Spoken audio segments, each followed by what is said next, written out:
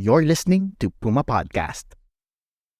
There are many instances red tagging is happening, but usually they don't know where to report or it's not reported. For some human rights defenders and groups like veterans in human rights work, some of them recognize, unfortunately, that it's part of the job. So they don't feel the need to actually have it documented. And that's like a clear gap happening now. So we know red tagging is happening on the ground in the grassroots with our communities, not just in NCR, but even across the country in provinces. But the difficulty is, I guess, there's no reporting mechanism, or sometimes they're so afraid to even report it to organizations they're part of because of the risk, not just to them, to the organization, but actually to their families. So difficult in that case. Red tagging is a harmful but common practice in the Philippines, allowing bad actors to endanger journalists, activists, and other members of civil society without suffering consequences. A new initiative, tracking red tagging incidents and trends, hopes to be part of the effort to change that. In this episode, we meet the team behind Ateneo Human Rights Center's pioneering project. I'm Bella Perez Rubio, Puma Podcast, and you're listening to Teka Teka.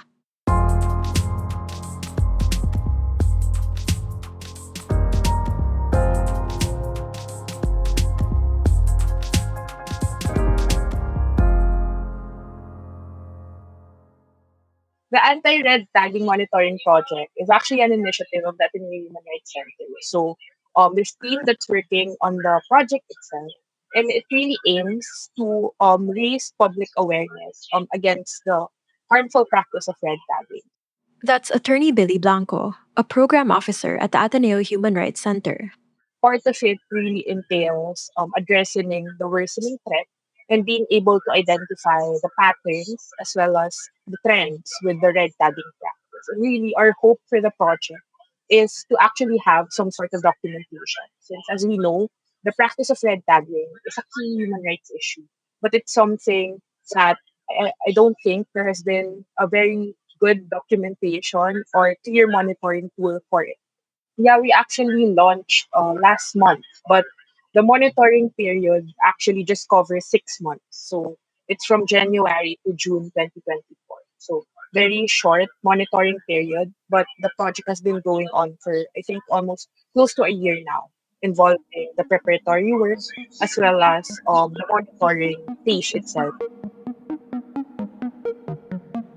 Our listeners luckily can access the dashboard themselves, right? But just for the two of you as primary people who actually worked on the dashboard, could you share what you feel is the most relevant data contained there? I mean, for me, what I would want to know is how many cases actually occurred between, I think you said January to June of this year. And then what else stood out to you as important data points or maybe important trends or insights that have come out of those data points? Actually, we documented 456 cases of red tagging across the country in that 6 month period. One of the glaring numbers actually that a lot of, and for the team as well, that we actually were shocked was based on the data, women are likely to be red tagged twice as much as men. So based on the data, there were more cases involving women. So we also tried to consider the spectrum of LGBTQIA community, but based on the data, those who disclose covers that. And for us, it's a shocking number to see that women are likely to be red tagged twice as much as men. Aside from that, I think also a very one of the main insights that we got from the numbers is that the groups most likely or are usually red tagged come from civil society. And so we mean these are, advocacy groups, these are human rights defenders, these are human rights groups, usually not just big organizations, but even people's organizations on the ground. And the data shows that such majority actually of the red tagging, they're I think the biggest number of in terms of who's likely to be red tagged, as well as following them is the youth. So most youth groups are also likely to be red tagged. This covers a spectrum of not just, organized youth groups, but even young campus journalists. Here's attorney Colleen Arcina, the center's incoming executive director. Yeah, maybe just to add, Bella, no, I think ano rin, it's worthy to look at. Well, we tried to capture like at least the data points on the source of the threats or the red tagging, and a chunk of this would be coming from the government.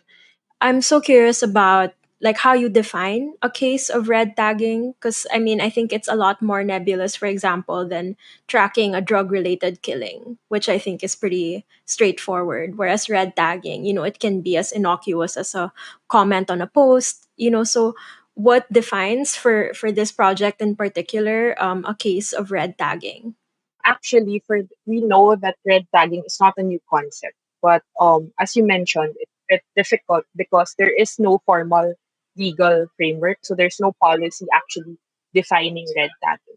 But for the purpose of our project, when our data points, we did some sort of verification. Particularly, what we were limited by was the definition cited in the dissenting opinion of Justice Marvick Yone, in the case of Zarate Filipino. So in that case, they defined red tagging as an act of labeling or accusing individuals or groups as being left-leaning, subversive, or communist, and it being a strategy particularly used by law enforcement agencies against those perceived to be threats. So very important or central to the definition is the use of threats, and it actually threatening the life, liberty, and security of persons.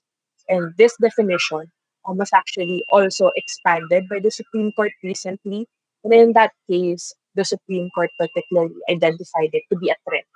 So there is, from a dissenting opinion, we now have a main decision actually recognizing that red tagging is happening and it's a threat.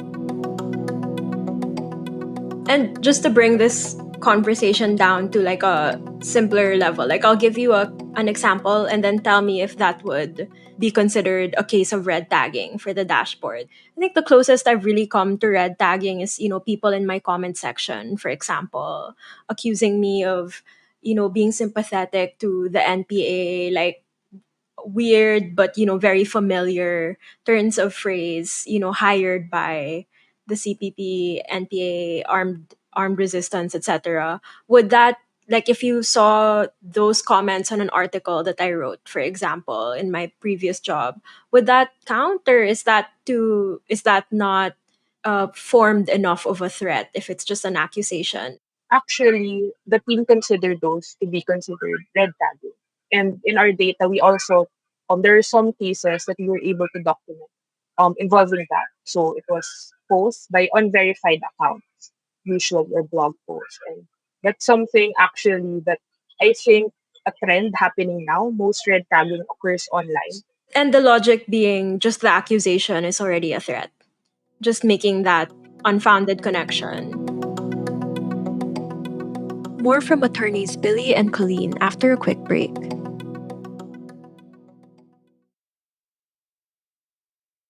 You shared such interesting data points about, how women are exponentially more red tagged, and how those numbers are also skewed towards the youth or members of youth groups.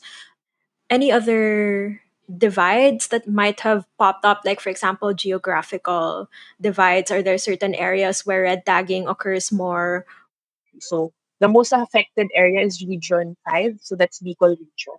And aside from that, the most number of cases actually occur very north.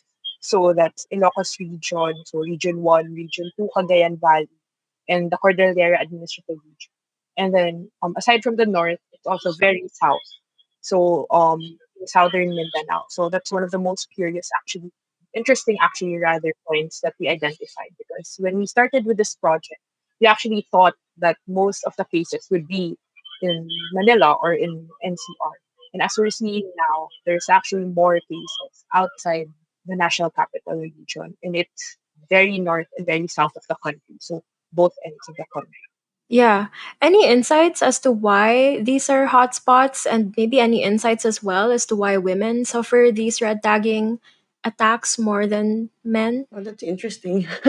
Actually, we're not sure, but apart from the fact that a lot of civil society workers are very young and also are women. A lot of like youth leaders are also women, but maybe, and this is just perhaps me from like an observer's point of view on how the dynamics of red tagging work, because red tagging is an assertion of power in a sense. So the tagger asserts their power, and their labeling or the way they box a certain individual into a certain image, a certain persona.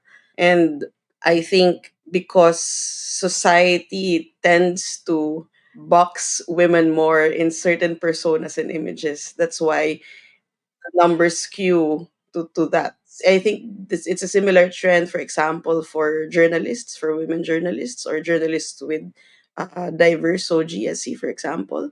That, for example, in online spaces or offline spaces, there's that assertion of power and violence usually are directed towards women or people with diverse OG.